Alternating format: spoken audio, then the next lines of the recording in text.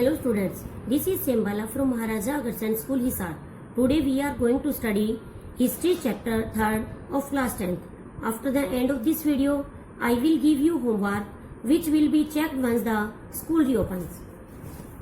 आज हम शुरू करते हैं हमारा जो है 3rd चैप्टर भारत में राष्ट्रवाद। हो सकता है कुछ बच्चों की बुक के अंदर ये लेसन सेकंड हो, क्योंकि लास्ट ईयर जो है सेकंड लेसन सिलेबस में से कट हो गया था, तो इस कारण ये कुछ बुक में 3rd लेसन मिलेगा और कुछ में सेकंड, इसलिए आप इसे अच्छे से ध्यान से चेक करके फिर लर्न करना। भारत में राष्ट्रवाद यानी भारत के अंदर राष्ट्रवाद का उदय किस प्रकार हुआ। वियतनाम और दूसरे उपनिवेशों की तरह भारत में भी जो है आधुनिक राष्ट्रवाद के उदय की घटना उपनिवेशवाद विरोधी आंदोलन के साथ गहरे तौर पर जुड़ी हुई थी। उपनिवेशवाद यानी उपनिवेश होता है, गुलाम राष्ट्र को उपनिवेश कहा जाता है। तो जो देश गुलाम थे उन्होंने अब इसके विरोध में आवाज उठाई, जिसके कारण अनेक उपनिवेशवाद विरोधी आंदोलन जुड़े। औपनिवेशिक शासकों के खिलाफ, औपनिवेशिक शासन यानी जिन्होंने देशों को गुलाम बना रखा था, उन शासकों के खिलाफ जो है संघर्ष में लोग जो है आपसी एकता को पहचानने लगे थे। उत्पीड़न और दमन के साझा भाव ने विभिन्न समूहों को एक दूसरे से बांध दिया था, लेकिन हर वर्ग और समूह पर उपनिवेशवाद का असर एक जैसा नहीं था। उनके अनुभव अलग थे और स्वतंत्रता के मायने भी भिन्न थे। महात्मा गांधी के नेतृत्व में कांग्रेस ने इन समूहों को इकट्ठा करके एक विशाल आंदोलन खड़ा किया, परंतु इस एकता में टकराव के बिंदु भी नहीं थे। अर्थात जब ये उपनिवेशवाद विरोधी आंदोलन चला तो लगभग सभी लोग जो है अंग्रेजों के द्वारा किए जाने वाले अत्याचारों से पीड़ित थे और वे सभी जो है इससे आजादी चाहते थे, लेकिन फिर भी जो है कुछ लोगों के विचार अलग अलग थे। तब जो है महात्मा गांधी के नेतृत्व में कांग्रेस पार्टी ने जो है इन समूहों को इकट्ठा किया और एक विशाल आंदोलन खड़ा किया। नेक्स्ट टॉपिक आता है हमारा प्रथम विश्व युद्ध, खिलाफत और असहयोग आंदोलन। प्रथम विश्व युद्ध, पहला विश्व युद्ध जो है 1914 से लेकर 1918 के बीच में लड़ा गया था। 1919 के बाद के सालों में राष्ट्रीय आंदोलन जो है वो नए इलाकों तक फैल गया था। नए नए सामाजिक समूह उनमें शामिल हो गए थे और संघर्ष की नई पद्धतियां सामने आई। विश्व युद्ध ने एक नई आर्थिक राजनीतिक स्थिति पैदा कर दी थी। इसके कारण यानी कि प्रथम विश्व युद्ध के बाद क्या क्या जो है आर्थिक असर पड़े उनके बारे में बताया गया।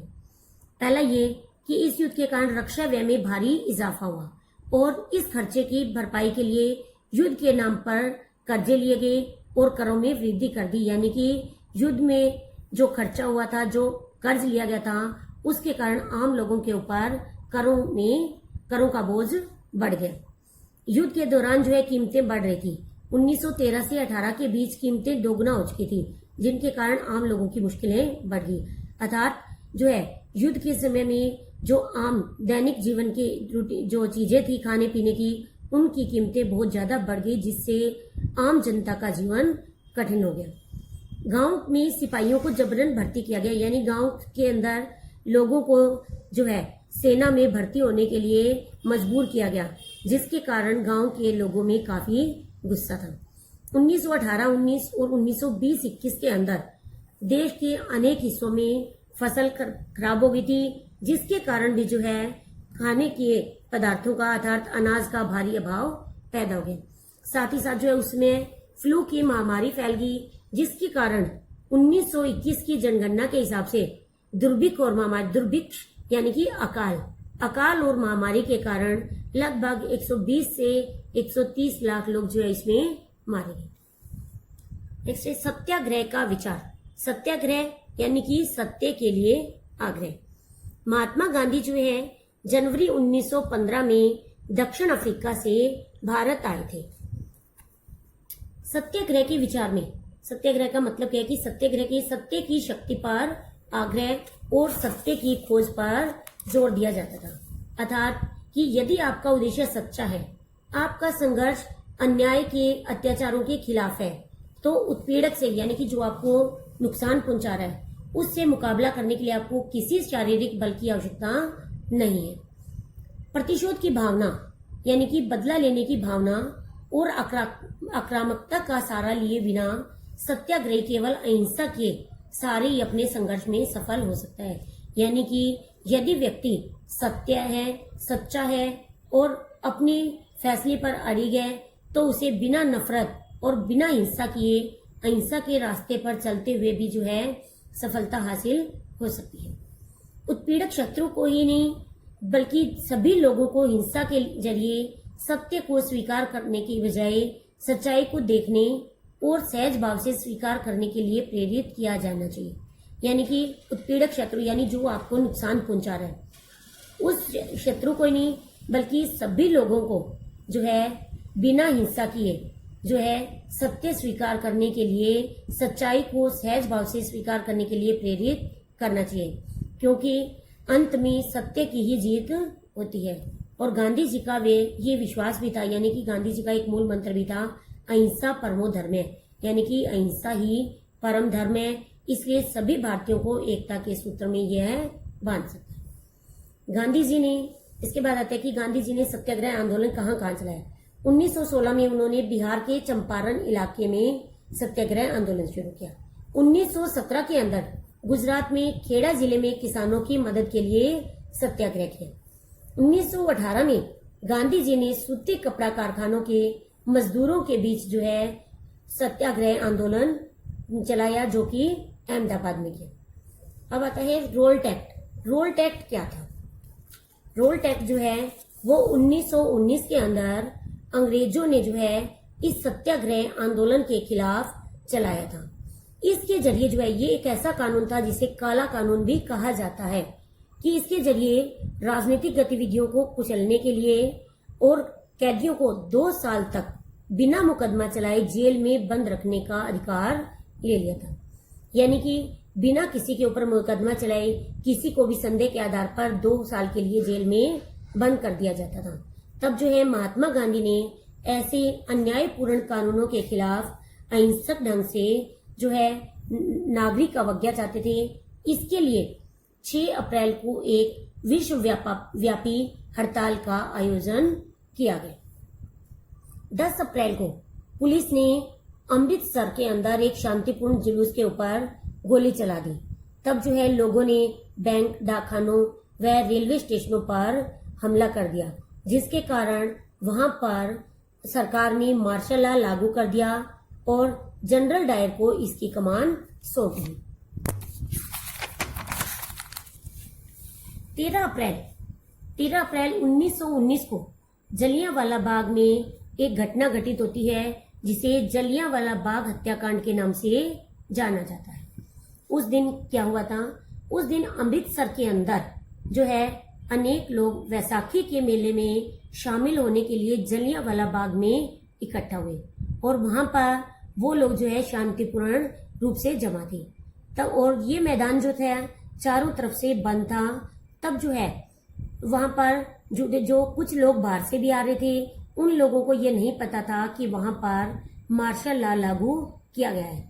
तब जो है जनरल डायर अपने हथियारबंद सैनिकों के साथ वहां आ जाता है और उस मैदान से बाहर निकलने के सारे रास्तों को बंद कर देता है और उन निहत्थे लोगों को के ऊपर अंधाधुंध गोलियां चलवा देता है, जिसके परिणाम स्वरूप जो है सैकड़ों लोग मारे जाते हैं और इस नृशंस हत्याकांड का सब जगह जो है इसकी निंदा की जाती है।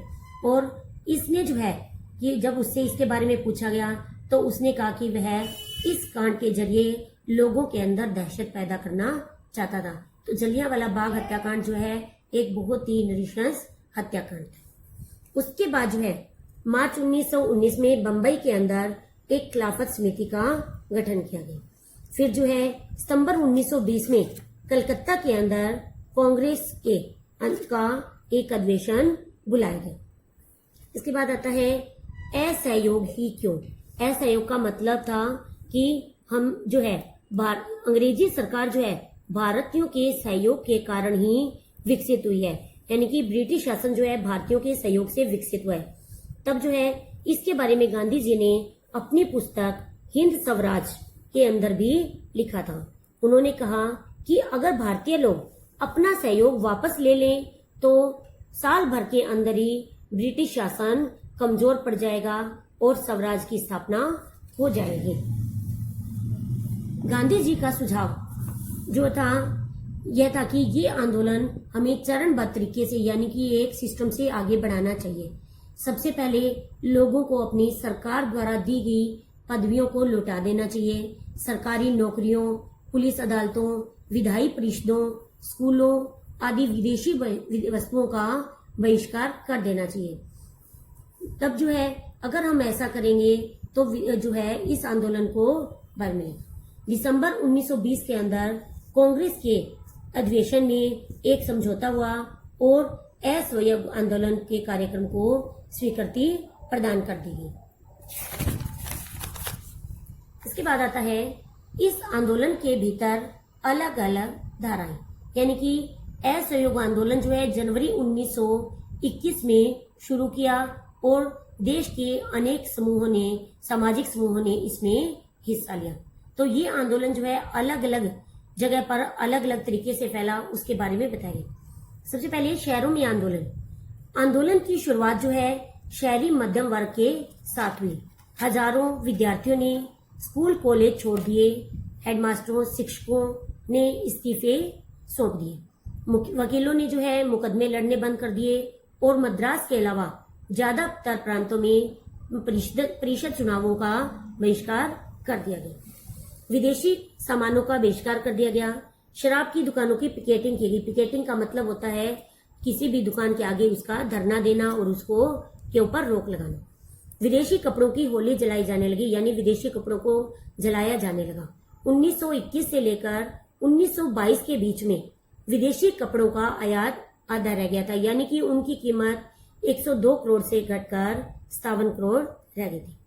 इसके बाद है कि शहरों में भी यह आंदोलन बहुत धीमी गति पकड़ने लगा था। इसका कारण क्या था कि खादी कपड़ा मिलों में बनने वाले कपड़े के मुकाबले जो है यह कपड़ा प्राय महंगा होता था, क्योंकि खादी का कपड़ा भारी होता था और गरीब लोग उसे नहीं खरीद सकते थे। वे मिलों के कपड़े का लंबे समय तक बहिष्कार नहीं कर सकते थे, यानी कि गरीब लोग जो है ज्यादा समय तक इसको जो है इसके खिलाफ जो है नहीं जा सकते थे।